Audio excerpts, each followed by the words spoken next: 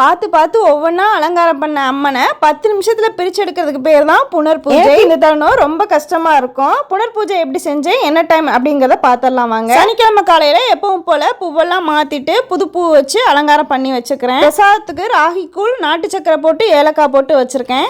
2 குத்து விளக்கு ஏற்றிட்டு அம்மனை நல்லா வழிபட்டுட்டு தீப ஆராதனை தூப ஆராதனை எல்லாத்துக்கும் காட்டி வழிபட்டதுக்கு அப்புறமா 10:30 12 மணிக்குள்ள நேரம், அந்த நேரத்துக்குள்ள புனர் பூஜை செஞ்சிடலாம். இந்த நேரத்துக்குள்ளேயே அம்மன் கலசமும் பிரிச்சிடணும். வியாழக்கிழமை வச்சனால சனிக்கிழமை 3வது நாள் பிரிக்கிறேன். நீங்க வெள்ளிக்கிழமை வச்சிருந்தீங்கன்னா ஞாயிற்றுக்கிழமை தான் பிரிக்கணும். கலசத்தை எடுத்து வடக்கு பார்த்து ஒரு ஸ்டெப் கீழே தள்ளி வச்சோம்னாலே கலசத்தை பிரிச்சதா தான். இதே மாதிரி பச்சரிசி கலசத்தையும் வடக்கு பார்த்து வச்சுக்கிறேன். அம்மனை கிழக்கு பார்த்து வச்சனால சைட்ல தூக்கி வைக்கிறேன். நீங்க வடக்கு பார்த்து வச்சிருந்தாலும் முன்னாடி ஒரு ஸ்டெப் வடக்கு பார்த்து தான் வைக்கணும். ஃபர்ஸ்ட் பச்சரிசி கலசம் பார்த்தலாம். அம்மன் முகத்தை அவுத்துட்டு இந்த தாலியை எடுத்து பிக்ஸ்டா நம்ம பூஜை அறையில வச்சிருப்போம்ல, எந்த அம்மனுக்கு வேணாலும் போட்டுக்கலாம். உங்க கழுத்துல போட்டுக்கிறதா இருந்தாலும் போட்டுக்கலாம். இந்த தேங்காயை எடுத்துட்டு அப்படியே அரிசி பானையில வைக்கணும். அம்மன் அப்படியே அரிசி பானையில நம்ம வீட்டுல தங்கினதா தான் அர்த்தம். மாயிலை பூஜை பொருள் வேஸ்ட் எல்லாமே ஒரு கவர்ல போட்டு வச்சிருக்கேன். என்னோட ஹோம் கார்டன்ல போட்டுருவேன். நீங்க கால் படாத இடத்துல கூட போட்டு ஒன்னா பிரிச்சுட்டு பச்சரிசியில இருக்க அந்த பூஜை பொருள் எல்லாம் வெளியில எடுத்து வச்சுக்கலாம். மஞ்சள், எலுமிச்சம்பழம், கோமதி சக்கரம், அம்மன் காயின்,